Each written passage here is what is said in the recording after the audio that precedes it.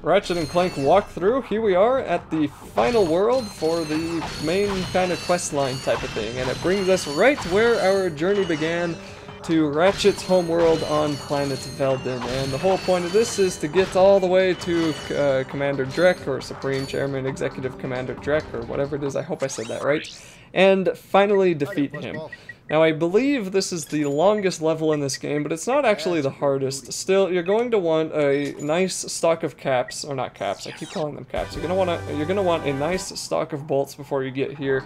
I wouldn't actually recommend buying anything like I just did, because the final boss, the amount of attempts you'll be able to do on him are going to be dependent on the amount of caps that you have, because you're going to need a lot of ammo, and when you die, your ammo doesn't get replenished. You have to keep buying ammo even when you die to the final boss. Now, I guess you could just make a save and don't save over that save when you could, and I guess you could probably restart and have all your ammo back, but either way, if you do this with like 10-20,000 caps, you should be fine, and especially if you make it to the final boss with more than that, you should be able to defeat him just fine. The final boss, he has a few tricks, but he's not actually that difficult. He was a lot harder on first impressions than I thought he was, but that's more for the next video. So like I said, this may be the longest video, or the longest level. I don't think it's particularly the hardest.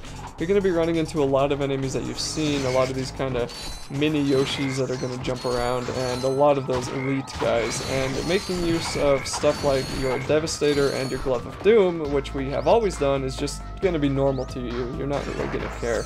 There's going to be, I believe, two parts where we're going to use the Trespasser. For some reason, I was thinking of Shrek, and I was going to say there's going to be 2 pints where we need to use the Trespasser, and I was like, what the heck? I don't know why Shrek is such in my subconscious lately these days. Maybe it's the internet. Anyway, there's going to be 2 parts where we're going to be using the Trespasser to open up a couple of doors, but that's not a big deal. And I'm going to be switching a couple of my stuff here. I have almost every weapon. The only weapons I don't have are ones that I haven't bought. So by this point, you can tell you're pretty much at the end when your whole weapons menu is filled up. And that's a pretty good indicator. Now, sitting in my timeline here, my whole video walkthrough is about 8 hours long, but I have time gaps between the videos to make it easier to edit, so it's probably closer to 6 to 7 hours long of a game, and that's not including the amount of time it would take you to buy the Rhino and to get the golden bolt. So, you know, it's a pretty lengthy game for an older game, and especially when you buy this on the collection, it's like $20 or even less. It's like, I think I got this for $17, and you get 3 of these games, and that's way better value than Gone Home or Call of Duty, you know. But I mean, Call of Duty single player can last millions of hours, but I only pay attention to the single player anyway. Did I say multiplayer? Oh, anyway, the multiplayer can last forever in Call of Duty, the single player not so much, and I'm more interested in the single player, I'll put it that way. Anyway, so there's a ship over there you'll want to blow up, and this is also a world where having the Gadgetron PDA is extremely useful, because there's not a lot of Gadgetron vendors, and if you're like me, whoops, clicked my keyboard on the desk there. Anyway, if you're like me, nothing got messed up, I hope. Sometimes if you hit something on the keyboard, it messes up other stuff. But anyway, let me finish my sentence. If you're like me and you only use the Blaster and the Devastator and maybe like Glove of Doom from time to time, you're going to be running out of that ammo pretty quickly on this level. Mainly because this ledge right here is a really good vantage point for taking out a ton of tanks and those other flying guys that you can see. Now, I probably could have shot that last flying guy that was hiding over there, but I didn't really want to miss it because I only have 6 Devastator bullets left. And I even considered walking back and buying more ammo, but it was just kind of so far back, I didn't really want to do it, so I just thought, you know, whatever. And I am picking up Mine Glove ammo, so I don't think I actually use that Mine Glove very often whatsoever. And these guys I'm just kind of picking off with the blaster, and then I finally take them out with the Ratchet. So the smaller enemies are a lot better to deal with than having the bigger enemies along with it. And here, those things will spawn those elite guys, so if you take them out as soon as you can, then you don't have to deal with any more elite guys than you already have to. So we're pretty much nearing the third completion of the level, as in like we're 1/3 done with the level, so that's just great. And that guy for some reason didn't die. I thought you needed 5 to kill him. I guess you need...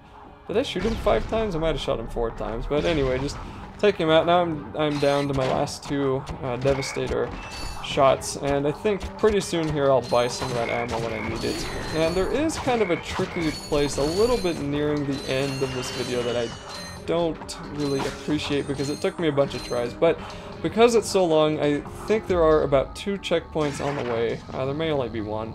Now for here, I was kind of confused, like, what am I supposed to do? I can't really see any towers to blow up, because in an earlier level you had to blow up towers to take down the force fields, but that's not what you have to do. Then I'm like, oh, look at that, it's the Trespasser. So I don't have the Trespasser, now I have to go to my quick select menu, find the Trespasser, put it into my menu, and then equip it. You can probably equip it from that menu anyway, but we're going to need it a second time. Now this is the solution I found for this, and then once you get that done, you can open up the door and then walk on forward like you have been doing for the previous parts of the video.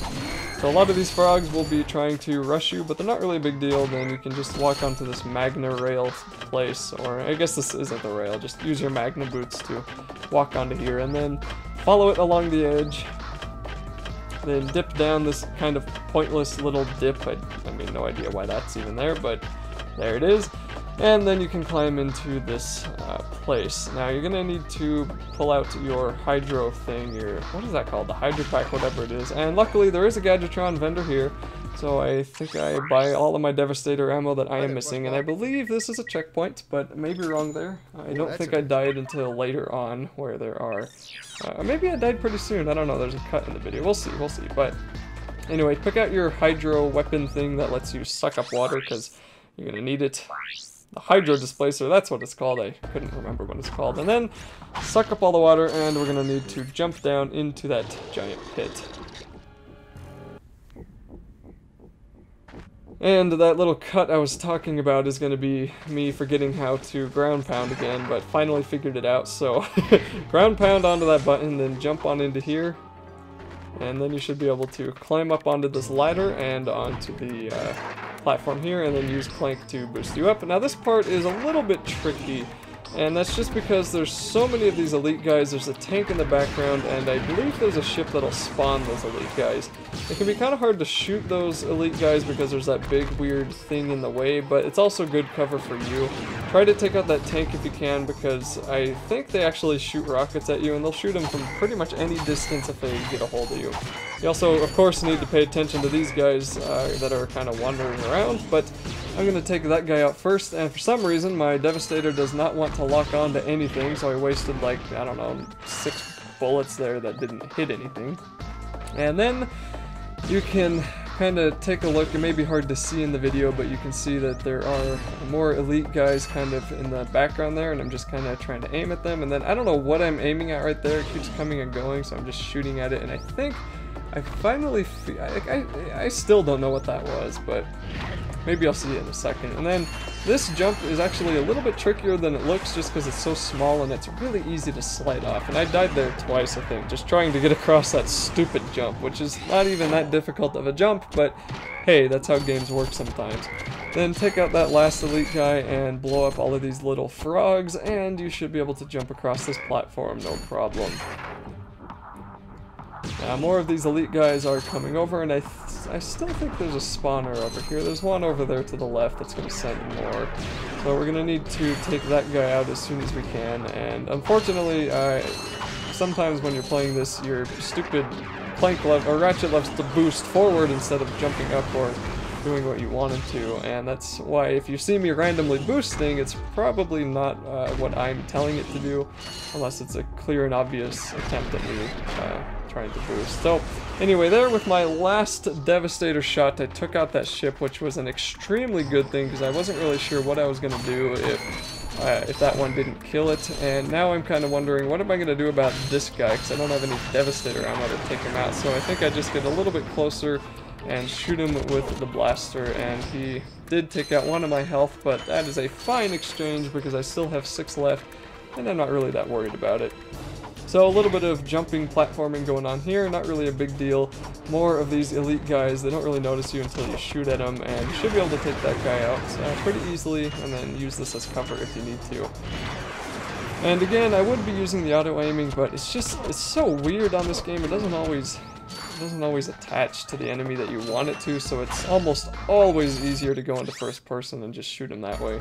You can tell there we still have a pretty long ways to go before we reach the end of the level, and luckily there is a checkpoint at the end and a shuttle that'll take you to and from your ship, so if you want to do the final boss, then you can, or you can just go do other stuff. Now, one thing I will say is this: when you beat this game, it'll ask you if you want to restart it with all the weapons and items and upgrades that you have now, or if you want to continue playing and you restart right before you beat the final boss, and you can go and do everything that way. So I guess it's kind of like an early version of New Game Plus, and you can, you know, either restart the game with all your stuff, or just keep playing and pick up the collectibles later.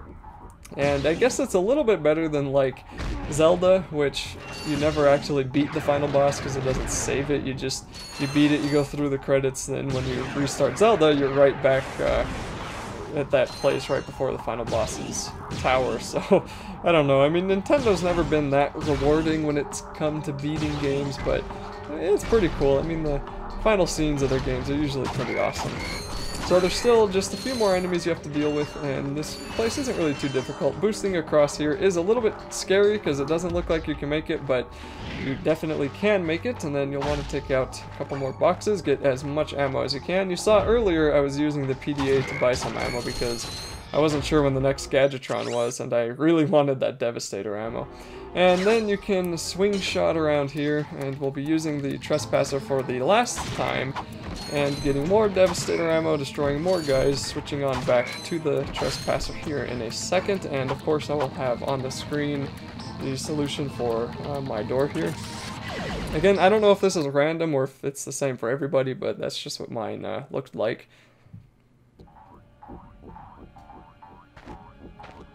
And then once you get past that, you can take out these guys and keep walking through this little cave. Now we get into this sort of mushroom place, and this place kind of freaked me out, or it didn't freak me out, but it messed me up a little bit because I got onto this platform pretty soon here. At least I think I got onto that platform, and then I couldn't get onto it again later. There's some platform like that. I think it was, yeah, it was this one. Okay, so anyway, you just kind of go around here, you see some mushrooms. This kind of reminds me of Alice in Wonderland in the first Kingdom Hearts, and then you can get into the water. And here I'm trying, okay, maybe I can get back onto it. Nope, it's just for some reason not letting me, probably because I didn't jump correctly, but whatever, it doesn't really matter. Then I jumped over here, and these will be some of the last elite enemies you'll have to deal with.